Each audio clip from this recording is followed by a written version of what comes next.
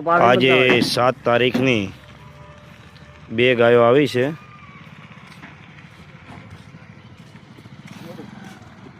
આરિયા ગાય વિયાયેલી છે, તાજી વિયાયેલી છે અને એક આરી છે ગાભણમાં છે।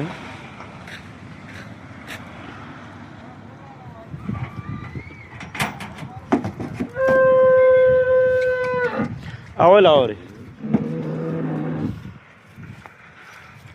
આજે 7 તારીખની 2 ગાયો આવી છે। અહીંયા રાખો, ગાયો ખૂબ જ સારી છે, કટ કન્ડિશનમાં, લાંબી ઊંચી છે।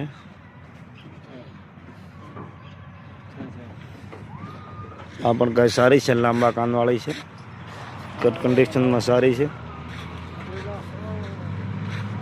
થોડી દુબળી છે પણ ગાય સારી છે,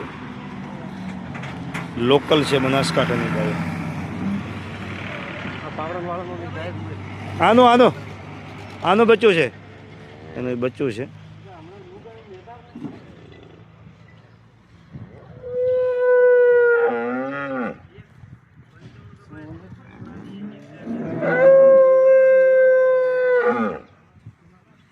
તમામ ગાયો આજની તારીખમાં હાજરમાં છે, ફૂલ સ્ટોકમાં।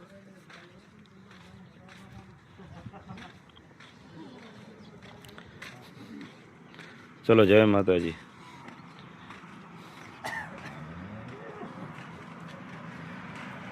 આ ગાભણમાં છે।